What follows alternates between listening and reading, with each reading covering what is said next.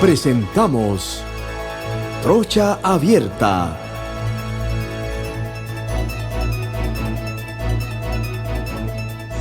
Bienvenidos a todos los que me están sintonizando a esta hora a través de la cadena radial KW Continente de cobertura nacional. Estamos también en YouTube, en Instagram, en Spotify. Y bueno, queremos darle las gracias a todos los que están en sintonía en el día de hoy, martes. Estamos grabando el programa porque queremos saber el discurso de nuestro querido y adorado presidente. Así que estamos en compañía de Agustín Sosa Peñalba. Muy buenas tardes, amigos oyentes de KW Continente. Feliz año a todos los oyentes, a todo el país, a los panameños y no panameños. Y dándole gracias a Dios porque nos permitió pasar del 23 al 24. Aquí estamos un día más. Bueno, y estamos también con el licenciado Melito González. Saludos a todos. De Chitré. Así es, saludos a todos desde Chitré para los multiversos en este nuevo año 2024. Y este servidor Alfonso Castillo Lutis Conde del Vigo. ¡Ay, papá! Hoy tenemos un ex Trocha Abierta, pero bueno, lo tenemos ahí en reserva, un santeño de pura cepa. Nada más que el licenciado César Ruilova. Alfonso, villano, pero con B alta, de los buenos. Buenos días. Buenos días a Agustín, buenos días a Melito, buenos días a todos los que nos escuchan por tu programa. Bueno, yo no creo que soy ex, porque te he acompañado a lo largo de muchos años en Trocha Abierta, ¿no? En todas las plataformas. No sé cuál te vas a inventar, pero la que te inventes estoy. Es que el problema está en que me has acompañado, pero bueno, ya no eres regular en el programa Trocha Abierta, pero bueno, nosotros siempre te tendremos ahí en reserva. Acuérdate de los matrimonios y los divorcios, así funciona. Sí, pero nosotros no nos hemos divorciado. Claro. Nosotros nos hemos separado momentáneamente, profesor. Ve esto, hombre fanático de los caballos. De los caballos, claro. Bueno, bueno, Melito, tú conoces, ¿no? La cabalgata en Chitré estuvo estupenda.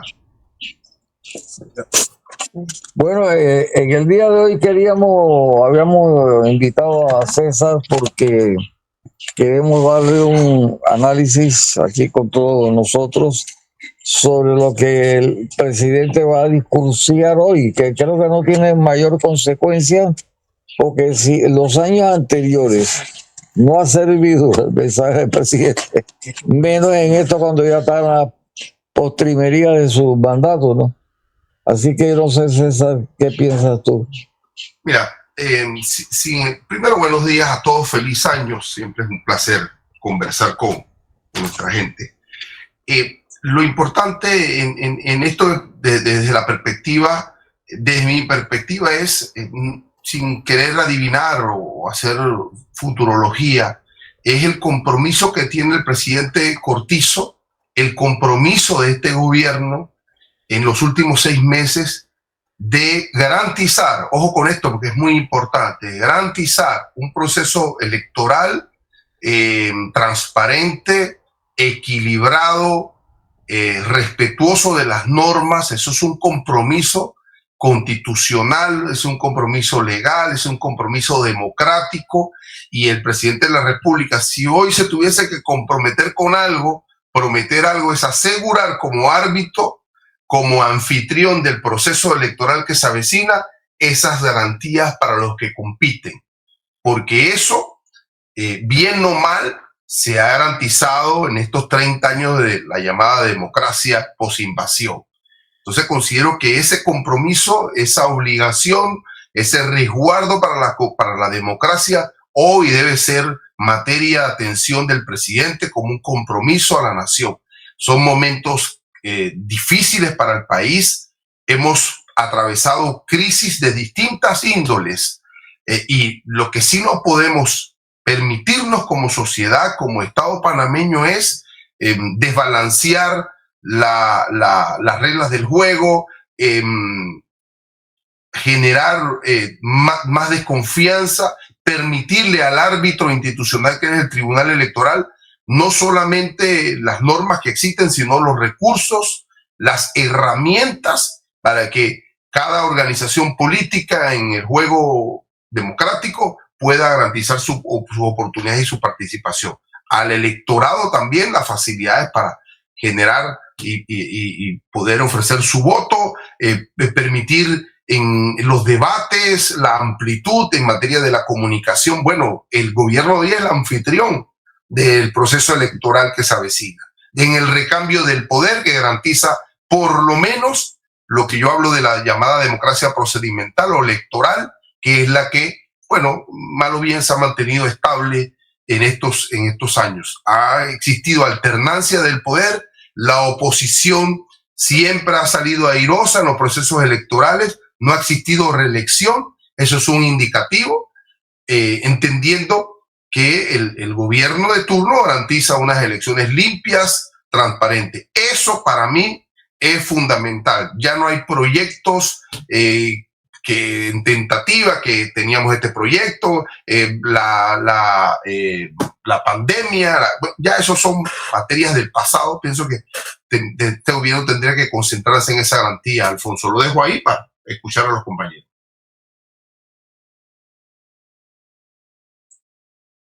Bueno, yo te escucho, César.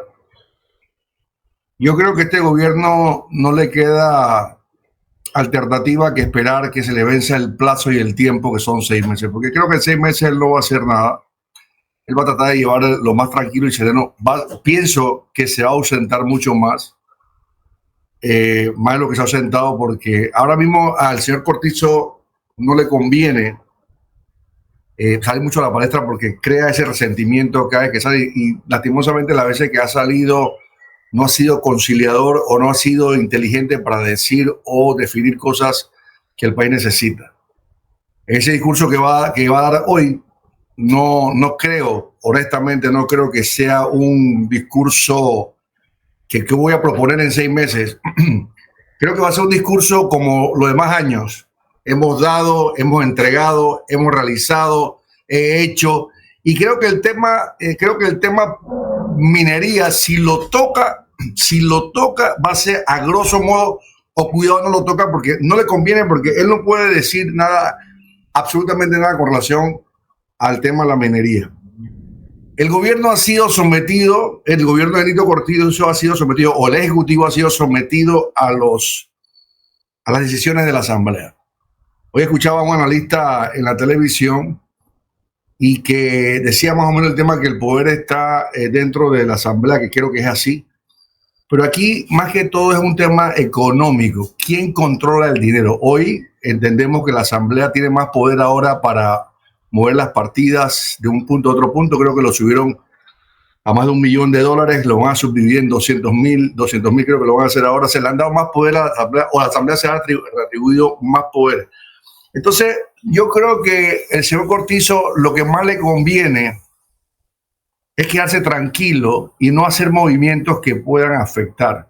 Y que puedan afectar, incluso como muchas veces ha dicho Melito en el programa, que ahora comienzo a analizar lo que él está diciendo, de que puedan llevar a este país a una suspensión de unas elecciones, o, como bien dijo el señor Robinson, que ellos son los másteres en golpes de Estado. Eso es preocupante. Entonces yo pienso que lo que Nito Cortizo vaya a decir hoy no creo que vaya cónsono con la realidad del país, porque él no va a tocar esos temas que tienen que ver con realidad. Él va a hablar más que todo del clientelismo político, de todo lo que ha dado, y no creo que sea más allá de decir vamos a hacer propuestas en estos 6 meses que podamos lograr una reconciliación que no lo creo. Ese es mi punto de vista, César, creo que lo veo de esa manera. No es la verdad absoluta, pero de esa manera lo estoy viendo yo. Veremos qué pasa en el transcurrir del día cuando nos demos cuenta de las cosas que habla el señor Cortizo. Siempre los presidentes en sus discursos generan bastante expectativa en algunos sectores, ¿no? Sin embargo, la constante del actual presidente es que no va a decir nada, absolutamente nada, digamos, atractivo o positivo para el país. Ya eso es una tendencia que ha marcado Nito Cortizo de sus discursos, pues. No dice la realidad del país, como ha hecho en los años anteriores, hacer ver que Panamá, primero culpar, ya la gente lo repite, ¿no? Culpar al gobierno pasado, culpar a la pandemia y mantenerse lo mismo, pues, que es un gobierno que tuvo la pandemia y que por eso y al final no dice nada, al final no dice nada concreto, nada positivo, lo que hace es ver cosas que no son. Así como hizo el pacto bicentenario, eso no sirve para nada y lo habíamos dicho aquí. A la final ese pacto bicentenario, él dice, bueno, hemos creado el pacto bicentenario para que dentro de los próximos 50, 100 años Panamá sea otro país, ¿no? Es una cosa totalmente absurda. Y en ese mismo sentido es que creo que va a ser, o fue, porque ya a esta altura ya el discurso ya fue dado, así que definitivamente no veo absolutamente nada, digamos, atractivo, interesante en ese discurso como en los otros años. Va a hacer repetir lo mismo y como bien se ha dicho, pues, dice Agustín, lamentablemente este país está en manos de algunos sectores, especial la Asamblea y las manos que ya conocemos de la Asamblea, que son los que están haciendo lo que les hagan a este país, sobre todo con el presupuesto nacional, lamentablemente que no llega a los más pobres, a los que necesitan, o no se está invirtiendo en lo que realmente necesita el país. Ahí está el problema de la caja de seguro social, el tema de los fondos, que ya este año pues se agotan las reservas y no hemos visto nada, ¿no? Se estaba apuntando supuestamente hacia la mina, que fuera la mina la gran panacea, la salvadora del país, pero lamentablemente esa mina venía con esos vicios constitucionales y venía con una serie de cosas que lamentablemente pues no pudo ser y no será. Así que la verdad que creo que una de las excusas va a ser que posiblemente Agustín, que diga que bueno, tenía la esperanza en la mina, pero lamentablemente no se pudo y ahora nada se puede y nos vamos para la casa. Si él ya tiene que irse, ya lo que tiene es que despedirse del país, pedirle perdón al país por todos los desatinos que ha tenido ante su gestión y ya no decir muchas cosas. Hice más bien con el rabo entre las piernas y quedarse callado y ya irse para la casa, si lo que hizo fue representar a los intereses de los políticos desde siempre. Bueno, yo pienso que Nito no va a decir absolutamente nada que no haya dicho anteriormente. Para mí se va a centrar en el tema de la pandemia, pero ¿de qué puede hablar positivo? Problemas en la salud, problemas de la caja de seguro social, problemas del agua, diputados y presidente de la República que firmó un contrato donde había 25 anomalías y ellos ninguno lo leyó porque no les interesaba leerlo. Lo que les interesaba era aprobarlo. Había mucha plata de por medio.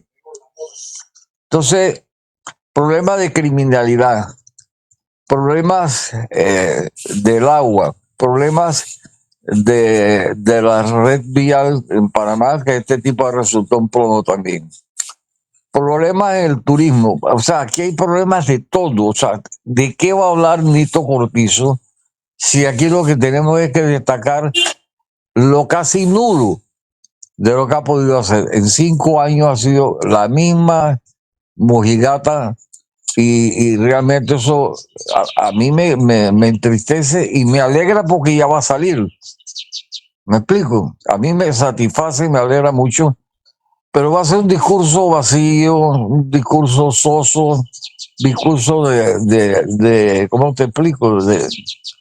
De promesas incumplidas, de eso que tiene que hablar, de las promesas incumplidas. Es más, que usted ve el plan de gobierno de Nito Cortizo, su discurso de entrada: cero a la corrupción, cero corrupción, aquí los influyentes no van a influir nada, en fin, toda esta verborrea que nos espetó durante su campaña política, que nos engañó sencillamente. Hemos sido víctimas del engaño de Nito Cortizo y de su gobierno.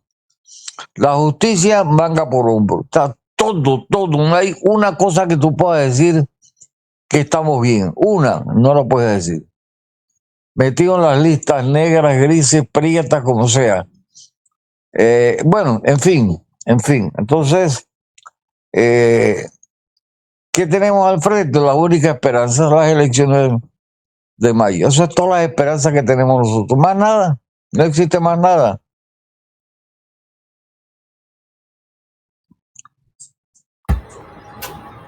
Bueno, no sé qué opina entonces César con relación a los comentarios nuestros, ¿no? Bueno, pienso que es válido generar hoy una ponderación sobre las ejecutorias del gobierno. Eso es totalmente legítimo y merece siempre que uno pondere en el momento la historia, la dinámica del gobierno. Sí, pero el pensamiento es quizás un poquito más general, ¿no?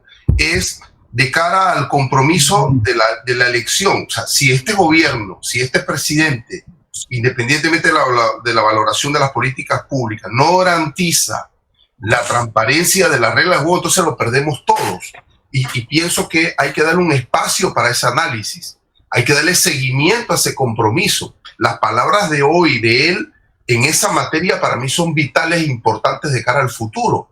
Porque si lo perdemos todo, perdemos la democracia electoral, perdemos la garantía del juego limpio, perdemos la posibilidad de que el gobierno le genere al tribunal electoral, que es el árbitro, los recursos fundamentales. Ese compromiso tiene que mantenerse y tiene que haber veeduría de parte de la sociedad, del sistema político, del sistema de la sociedad civil y del Estado. Entonces, para mí hoy, bueno, escuchar por lo menos un acercamiento a una noción de cuál va a ser el talante del gobierno en función de eso. ¿Por qué? Porque hay un candidato oficialista compitiendo. Entonces, no es lo mismo Nito Cortizo que el candidato oficialista compitiendo. Entonces, el gobierno tiene que alejarse de eso, tiene que comprometerse para que la regla del juego y la democracia lleguen a feliz puerto. Y entonces, el electorado, la gente dirá, bueno, este gobierno es malo, es lo otro, y el que viene, entonces, ¿cuál es el compromiso y hacia dónde vamos? Porque también esa es parte del análisis. Bueno, ¿qué viene? ¿Hacia dónde vamos? Y lo podemos conversar. Pero César, sí, perdona que te interrumpa. El objeto de la presencia del señor presidente de la República es rendirle cuentas al país de lo que ha hecho y de lo que no ha hecho. Ese es el objetivo del presidente, del discurso del presidente. No, y adicional a esto, porque de acuerdo de lo que dice César, me pone a pensar entonces que puede hacer un discurso electoral. No. Más que todo, sí, porque él no es el presidente, él tiene que preparar el camino a su candidato impuesto. No. Dos. Eso es lo que yo veo, porque realmente, o sea, Nito, ¿qué puede decir? Al menos que él diga, estamos dejando y haciendo, porque el próximo gobierno que entre, vamos a darle todo esto para hacer esto, porque viene esto. Entonces, se puede convertir en no un discurso, como dice Alfonso, de que una rendición de cuentas de lo que hizo la función 2023, sino que va a ser un discurso, porque a él no le conviene políticamente, dar un discurso de lo que pasó el 23 tan muy profundo, porque no le conviene, porque sabemos que fue desastroso. Entonces él le toca decir lo que estoy haciendo, lo que estoy dejando, preparando un camino para su candidato que, digo, creemos, y por las luces que se ven, yo lo veo de esa manera, no tiene ningún tipo de oportunidad. Sí, pero Agustín, él no tiene que estar preparando nada. La posición de hoy, exacto, de él es rendirle cuentas al país, independientemente de las elecciones. Él tiene que decir al país hice esto, hice lo otro, fallé en esto, fallé en lo otro. Eso es lo que el pueblo está esperando. Ojalá Dios quiera que diga eso, que fallé y me arrepiento y pido perdón. Ojalá que lo hemos estado pidiendo. Es que no, yo no he negado la posibilidad que el presidente lo va a hacer. Él tiene sus técnicos ahí y todos los ministerios y todas las dependencias, para bien o para mal, le van a decir, mira, hicimos esto, lo otro.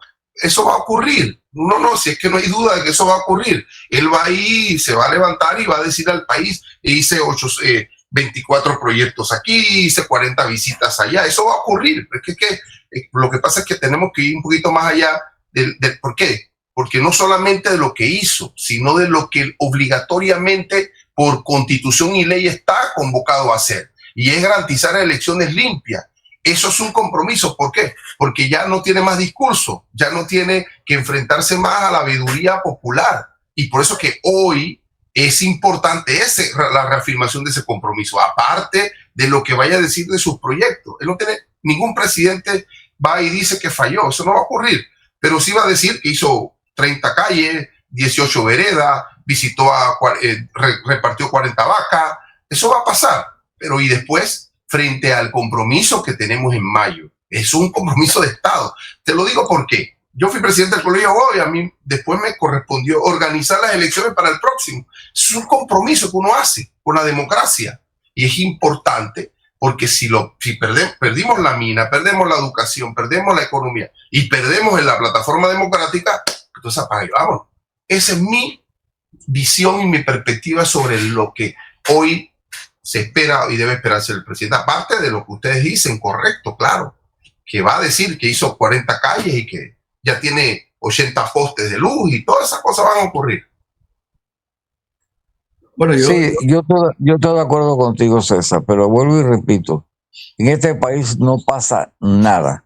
Lo único que pasó fue en las protestas que se dieron a nivel nacional. Esa es la única reacción valiente que tuvieron y quedó demostrado que los que estaban en contra de ese contrato minero estaban como te digo, en lo cierto. Tú como abogado sabes que hubieron 25 violaciones a la Constitución. Claro, pero ahí es donde está un poquito que podemos avanzar. Fíjate, yo sí digo que sí pasan cosas en este país. Pasan cosas expresas y pasan cosas tácitas. Si solo el asunto de la mina nos concentramos en el ámbito jurídico, bueno, sí, 25, todo aquello, pero ahí lo que desde la perspectiva política, en el asunto de la mina, es un mensaje claro para el talante de los próximos gobernantes. Es decir, no me utilices, no me convoques a conversar, a dialogar, no me vayas allá y llegas a las comunidades, no hagas la parafernalia, me invites a la Asamblea Nacional, no conversamos, te doy mi punto de vista personal o como organización, en este caso ambiental. Y luego que eso ocurre, entonces crees que estás legitimado para hacer lo que te da la gana porque tienes la mayoría en el poder.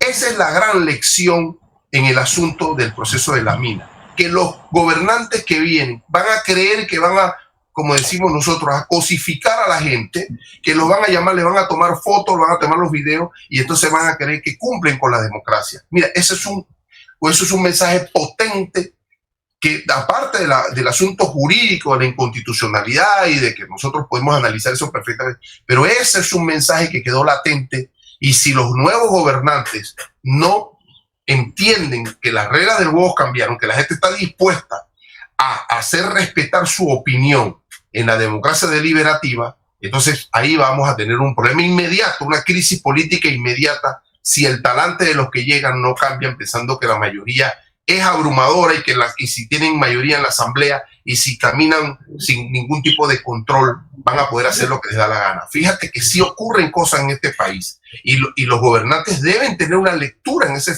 sentido si es que están leyendo políticamente bien las cosas que ocurren. Una pregunta, César, te hago jurídicamente para ver qué es tu opinión. ¿Qué sucede o qué pasa ahora después de? ¿Qué significa después de los 25 artículos violentados? ¿Hay motivos para llevar a juicio al Ejecutivo y a los diputados, ¿es lo que prosigue o simplemente lo que tú, porque tú estás diciendo que sí suceden cosas? ¿Va a suceder entonces algo con relación, o en el término jurídico tiene que haber algo como eso, como un enjuiciamiento hacia ellos? Sí, yo sí pienso, porque he escuchado a varios colegas, de hecho ya existe, Agustín. Entiendo que se han generado denuncias en el orden penal, eso creo que ha ocurrido, pero yo sí lo encuentro complejo. ¿Por qué? Porque la decisión, la ley, en este sentido, la 406, fue un proceso en donde intervienen varios estamentos. Hablo del Ejecutivo y hablo del Legislativo. La perfección de esa ley no solo dependía de uno, sino de la ratificación del otro, ¿ya? Entonces, allí el concierto de voluntades pasa porque tenían que haber controles, se fallaron los controles. Yo no veo, por lo menos en materia penal, fíjate, en materia penal, algún tipo, pudiese aventurarse una investigación, pero no lo encuentro, no veo allí. Sí, que usted faltó al deber de funcionario público. Ahí también tenemos enquistado en la Constitución algunos dispositivos que hablan de que no hay responsabilidad en el voto y en la opinión. Eso juega en contra respecto a un proceso penal. El gabinete es colegiado. Bueno, entonces ahí sí veo problema.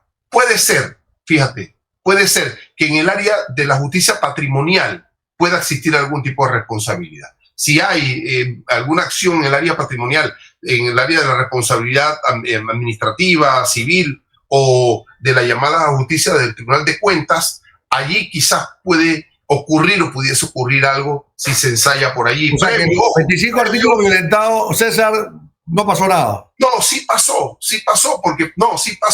y porque podemos examinar el fallo con detenimiento. Sí pasó. La Corte le dijo, por lo menos al país, que no minería de cielo abierto bajo ninguna circunstancia. Es un mensaje potente porque esa actividad conspira contra la vida, la salud y el medio ambiente.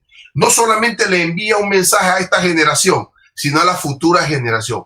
El asunto de la actividad minera quedó postrada, quedó cerrada definitivamente con el fallo de la Corte Suprema de Justicia. Es un mensaje potente porque he escuchado voces diciendo, pero ahora le vamos a pasar la actividad de la mina al Estado. No se trata de quién la explote, sino que la propia actividad objetivamente conspira contra la vida, la salud y el medio ambiente. Eso es uno de las reflexiones del fallo de inconstitucionalidad. O sea, en otras palabras, yo puedo violentar la Constitución, a mí no me va a pasar nada. No, sí pasó, porque sí pasó. Se cerró la actividad. Aquí caben muchos delitos, e incluso está comprobado que hay estados que son parte de la junta directiva o parte de la empresa. Eso es un punto que la Constitución lo establece como un tema de traición a la patria.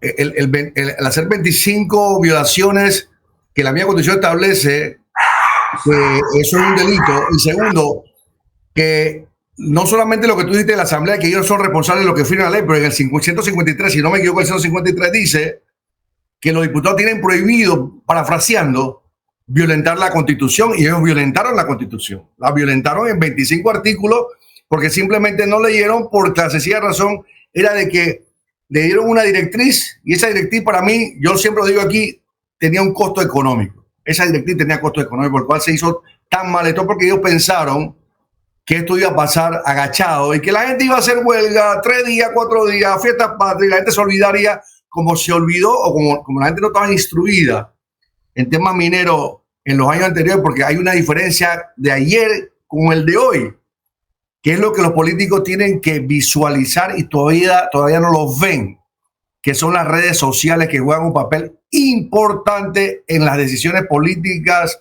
económicas de este país, porque aquí ya ahora todo se sabe. Entonces yo digo, en otras palabras, es que pienso, como ciudadano, estudioso de la ley, que a ellos les queda una responsabilidad y que aquí simplemente se va a poner en juego la justicia panameña para que no digamos una vez mañana, aquí no pasa nada. Y eso debe terminar en este país. La Corte falló en función de derecho. Unos dicen por ahí que fue por presiones de la ciudadanía. No. Es que si está establecido claramente lo que se vio allí, se dio un tema y que al final de cuentas ellos tienen que pagar una consecuencia. Eso es lo que yo considero, porque violentaste Claro. Y al hacer una violencia contra la Constitución, eso tiene un delito. Y es legítimo, no necesariamente, jurídicamente la ecuación no funciona así. ¿Por qué? Puedes revisarte, Melitón, te lo puede corroborar ahí en la materia de jurisprudencia, cada fallo de inconstitucionalidad, de 1, de 2, de 3 normas, de 5 normas. Es que el tema de la mina no fue que aperturó la justicia constitucional, es que todos los días hay justicia constitucional. Hay acciones, hay actos y hay resoluciones de funcionarios que afectan y que vulneran la norma constitucional, y la Corte, como guardiana de la misma, procede en ese sentido, pero no necesariamente se genera un efecto de orden penal, una responsabilidad de orden penal. El derecho penal tiene una lógica, tiene una estructura, tiene una forma para entonces determinar si en el acto se generó una violación directa a una normativa. Pero la ecuación, solo, Agustín, de forma académica, no necesariamente genera la perspectiva de la violación de la norma penal. Sí, de la perspectiva de la violación constitucional. Ya la Corte se pronunció. ¿Y qué ocurrió allí? En el sentido positivo, fíjate, el poder judicial le dijo al poder legislativo y le dijo al poder ejecutivo: ustedes violentaron los controles y las funciones y las competencias que tenían. Entonces, lo que hace el sistema de contrapesos y democrático es poner en perspectiva, ¿qué cosa? La hegemonía constitucional, el régimen de controles, y eso fue lo que ocurrió. Bien por el sistema democrático, porque uno de los poderes logró remediar un exabrupto. Ojo, que no estoy diciendo que avalo, no, para nada. Lo que estoy tratando de afirmar es que no necesariamente. Ya, el análisis viene por lo siguiente, entonces. A usted, luego del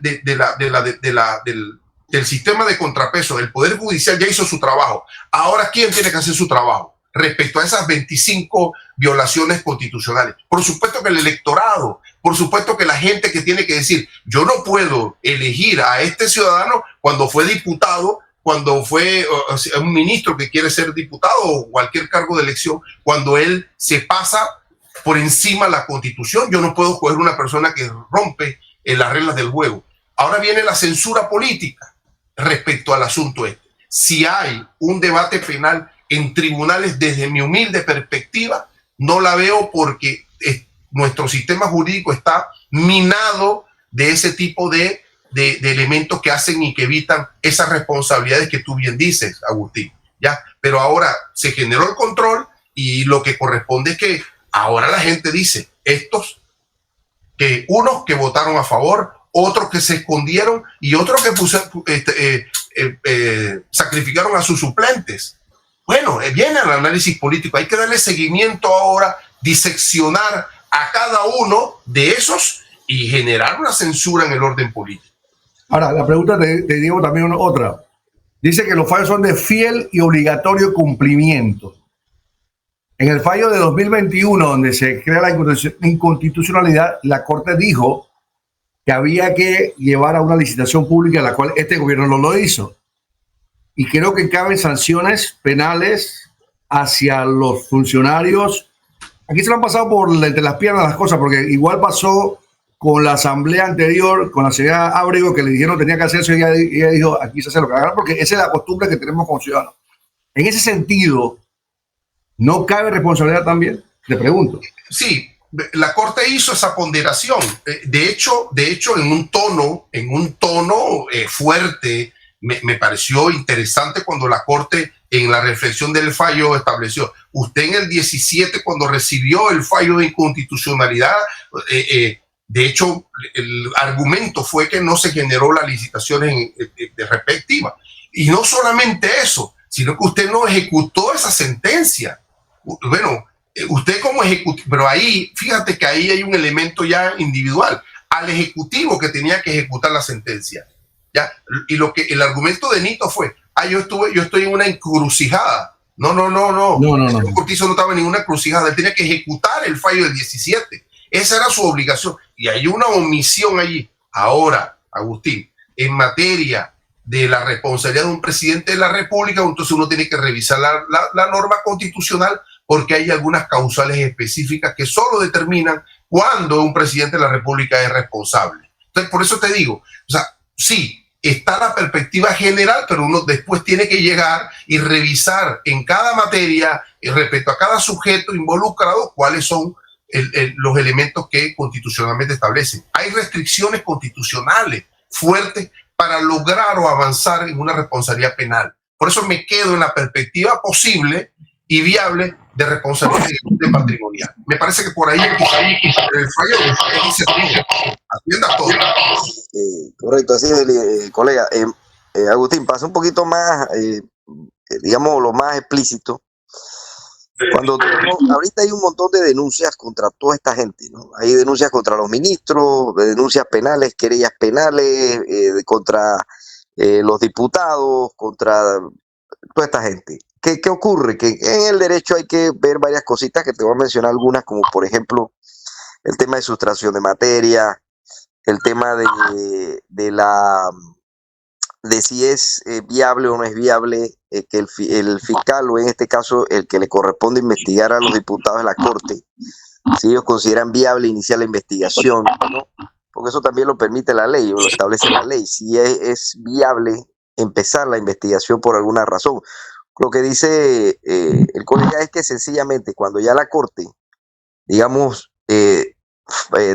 anula el contrato, pasa la página, entonces quedamos en que, ok, violaron la Constitución, sí, establecieron un contrato de lo cual hay 25 artículos violatorios de se violan 25 artículos de la Constitución, y en ese sentido, pues, la Corte hizo el control, tumbó el contrato, por decirlo un poquito coloquial, para que estemos claros, y de esa manera, pues, entonces, ¿qué hago? La justicia actúa en un momento que requiere de su accionar, ¿no? En este caso, la justicia penal de la misma manera debe actuar cuando se ha cometido un delito. Entonces, para nosotros, en teoría, debería ser, bueno, como cometieron el delito, debe juzgarse. Pero existen los tecnicismos legales, ¿no? Tecnicismos como sustracción de materia, quién es el que va a investigar, si hay prerrogativas que le da la ley a los funcionarios de instrucción para evitar avanzar en eso, porque es tiempo y una serie de cosas. O sea, son cositas que no es que no querramos que se investigue, no es que no querramos que se juzgue, pero es la ley da esa prerrogativa. Entonces tú vas a encontrar con eso y queremos que para mí, espero que te estés escuchando. Melito, debes de tener algo por ahí que está escuchándose muy mal. Sí, pero aquí se está señalando los diputados nada más. Pero cuando eso fue a la presidencia, él tenía la facultad de vetar o sancionar y no hizo nada. Ese era el último paso. Si él hubiera vetado eso, otro gallo hubiera cantado, pero él no vetó.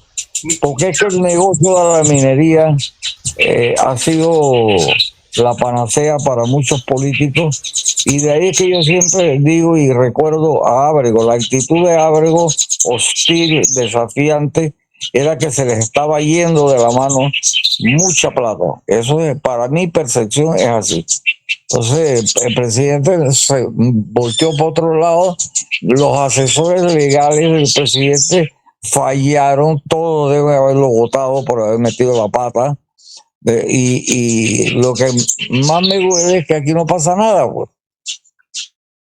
Bueno, pero por eso yo decía de que no, yo no solamente mencionaba al presidente, yo decía a los ministros, a los diputados, yo decía a los ministros, porque había un ministro encargado de toda esta negociación, violando la Constitución, ya con un fallo precedente, ya con una serie de, o sea, el país ya le había dicho, cuando eso se mandó, antes de enviarse a la Asamblea, ya se lo habían dicho, esto tiene un montón de irregularidades. Cuando llegó a la Asamblea se lo dijeron, esto tiene un montón de irregularidades. La Asamblea lo manda para atrás cuando no debió regresar a la presidencia, sino sencillamente no lo vamos a aprobar.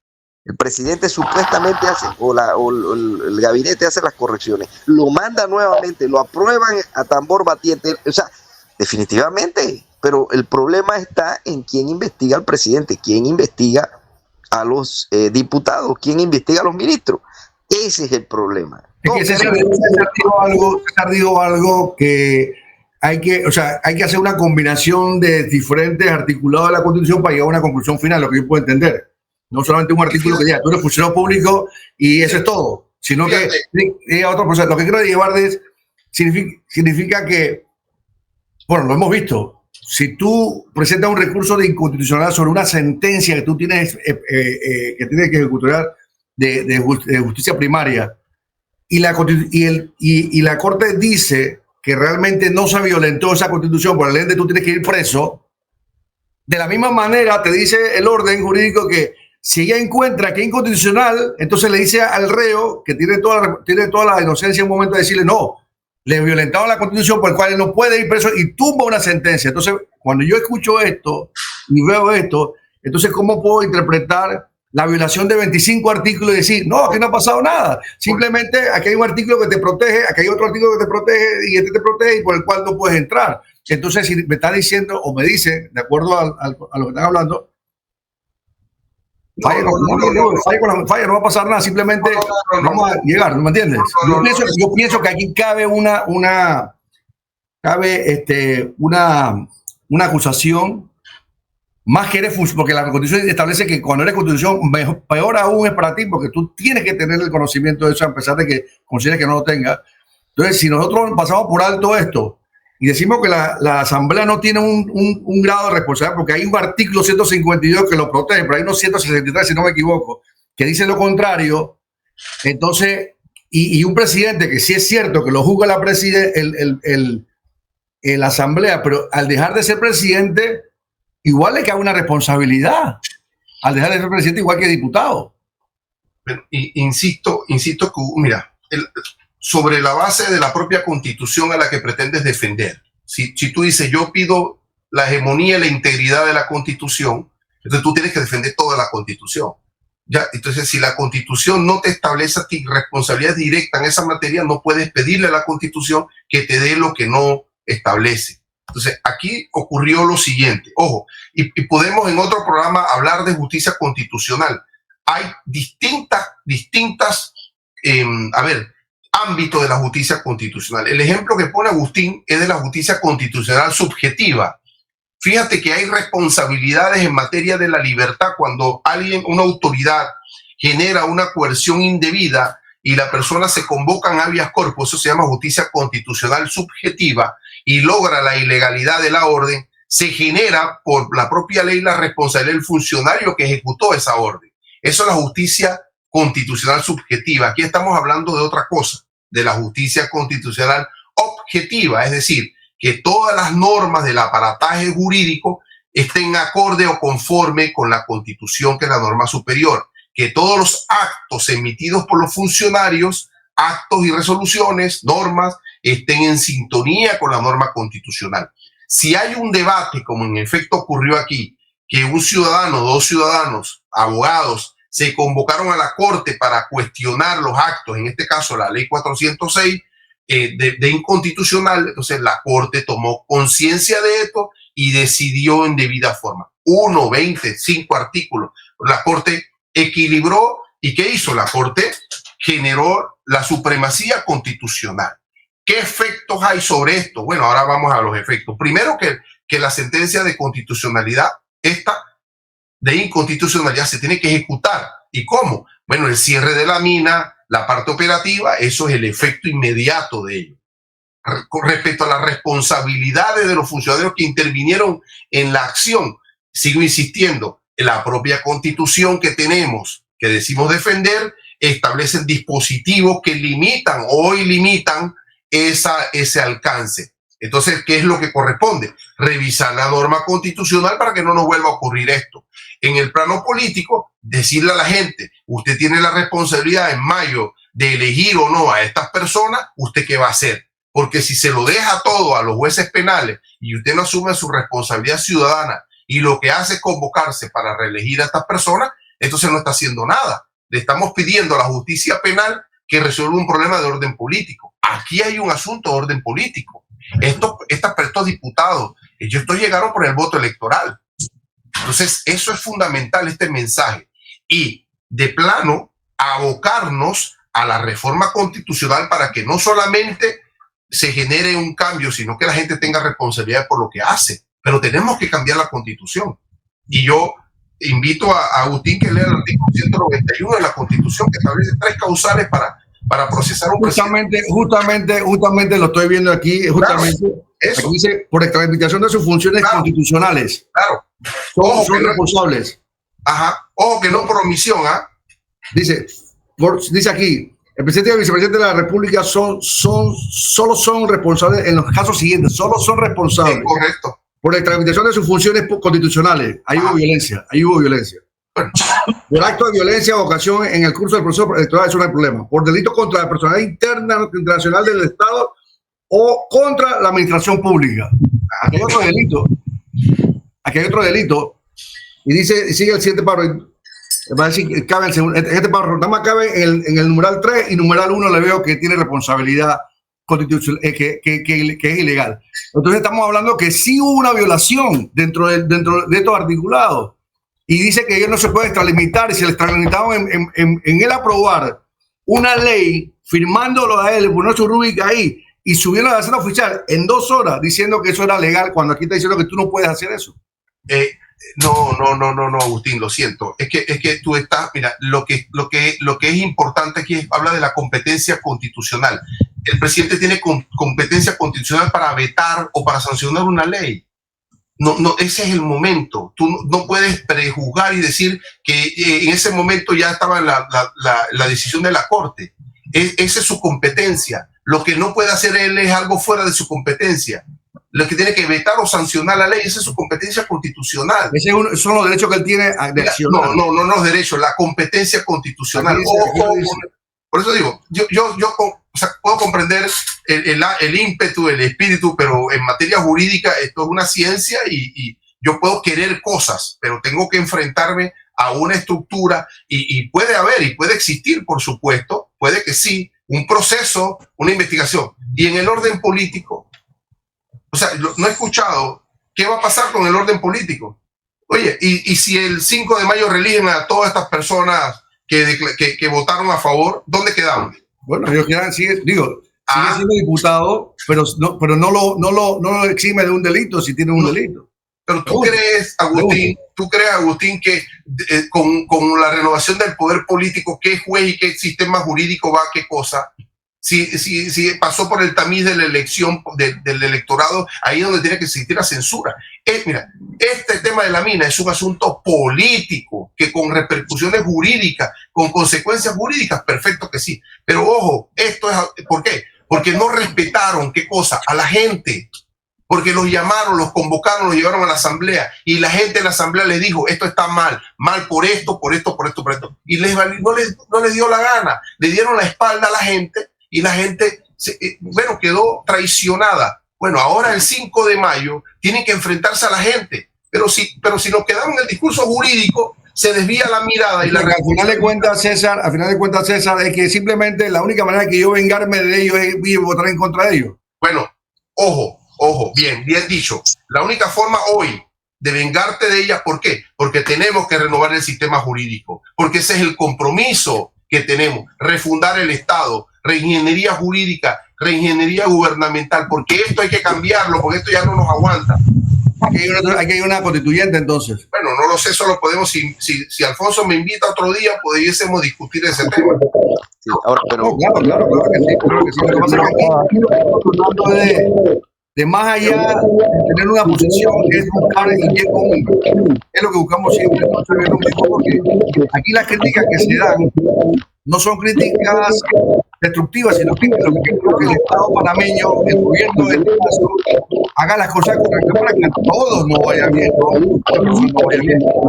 Sí, pero yo quiero que quede claro que las denuncias y las querellas están puestas. O sea, no es que no se han puesto, hay muchas querellas y denuncias que se han presentado por varios juristas en contra de los ministros, de los diputados, de todos los que tuvieron, inclusive contra la minera, por haber estado explotando durante varios periodos sin tener el asidero jurídico, es decir, sin tener contrato. O sea, eso está puesto. Vamos a ver cuál va a ser el resultado de los delitos o de los tipos penales que han sido violentados por estas personas. Vamos a ver qué va a pasar con el Ministerio Público. Hay que rezar, Melito, si estamos vivos en 15 años y vemos los resultados. Por eso insisto en que esto es político.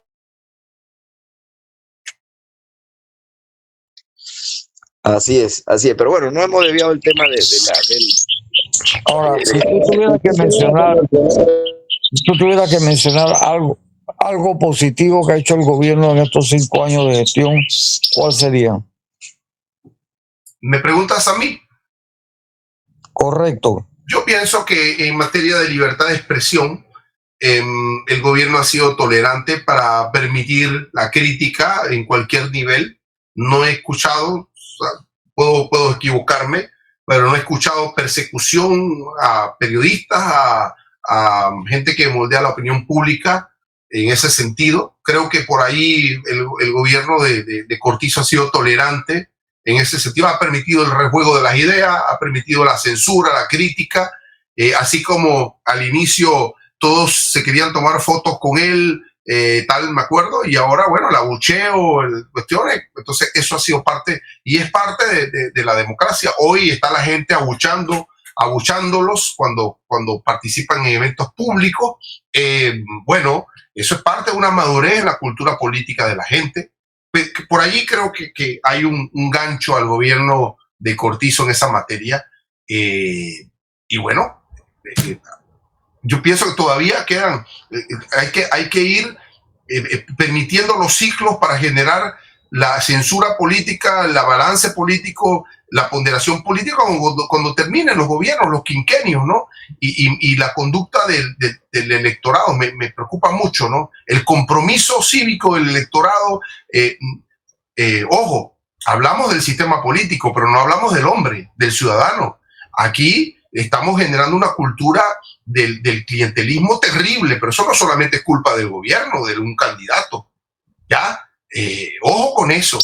Pero fíjate César, que está ido a un punto muy mínimo de lo que le vas a destacar del gobierno, porque no ha destacado el problema con el seguro social, el problema con el agua, el problema de la corrupción, el problema de la salud, el problema de la educación. Pero me preguntaste, Alfonso, algo positivo. No me dijiste las críticas, me dijiste, dime algo positivo del gobierno. Creo que fue la pregunta, o así la comprendí, ¿no? Bueno, yo te di algo positivo porque yo quería ver si tú has encontrado positivo en la gestión, no en la libertad de prensa, porque se le iba a venir otro chango. Pero yo lo que pensé era que tú tenías una apreciación mucho más amplia en cosas positivas que ha hecho el gobierno, y es verdad, tienes razón. En la parte esta que tú estás en libertad de expresión, perfecto, está bien. Pero es que el pueblo no estaba esperando el tema de la libertad de expresión. El tema está en el plan de gobierno de Nito Cortizo, que no se cumplió absolutamente y debe nada. llegar la consecuencia política de eso, inevitable, ¿no? Cuando eso ocurre, la consecuencia política debe llegar por inercia. No hay que ser un adivino, un genio en política. Cuando falló la promesa, cuando falló el proyecto político del quinquenio, le ha fallado a todos los gobernantes que han aspirado a una pseudo reelección con ellos, con candidatos puestos o impuestos por ellos. Entonces el pueblo ha identificado. Lo que pasa, César, que se usan artimañas, falsedades, engaños, como lo quieras pintar, hacia el electorado, diciendo cosas, porque yo tengo uso de razón, siendo un votante de los 18 años de edad, en el año yo voté en las primeras elecciones democráticas, en el año 84 creo que fue, si no me equivoco, fue la primera elección mía que yo voté. Yo no he podido ver tanta falsedad como la de este caballero que hoy supuestamente nos gobierna, y que gracias a las redes sociales están allí, porque no es un tema que yo creo que escuché que él dijo, no, ahí están planteadas, y creo que el objetivo de Nito Cortizo y su gobierno no era venir a gobernar en pro de una nación, era venir a gobernar en pro de un grupo de personas, como se está destacando en los últimos gobiernos que hacen gobierno para clases élites o mi aportador de campaña. Entonces, ¿cuál va a ser la excusa del señor Cortizo cuando él sabe? No va a decir eso ahora. Pues la excusa, aunque al inicio lo dijo y por ahí de vez en cuando lo dice, es Varela me dio sin plata. Me vino la pandemia. Entonces, este tipo de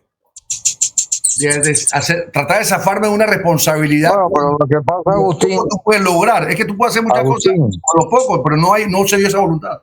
todo se resume cuando él dijo, yo sé cómo entro, pero no sé cómo va a salir. Bueno, yo creo que él ya debe tener un patrón de cómo va a salir del gobierno. Lamentablemente el tiempo se nos ha ido. Tenemos que despedirnos a nuestros oyentes, no sin antes recordarles que estamos en YouTube, en Instagram y en Spotify.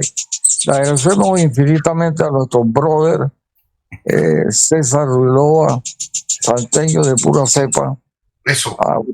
Agustín Sosa Peñalba, Amélito González y este servidor Alfonso Castillo Ortiz, conde del Vigo. Nos veremos mañana, este es el primer programa, papá, del 2024. Así que nos veremos mañana si la voluntad de Dios así lo quiere. Así Abrazo sea. a todos. Hasta mañana.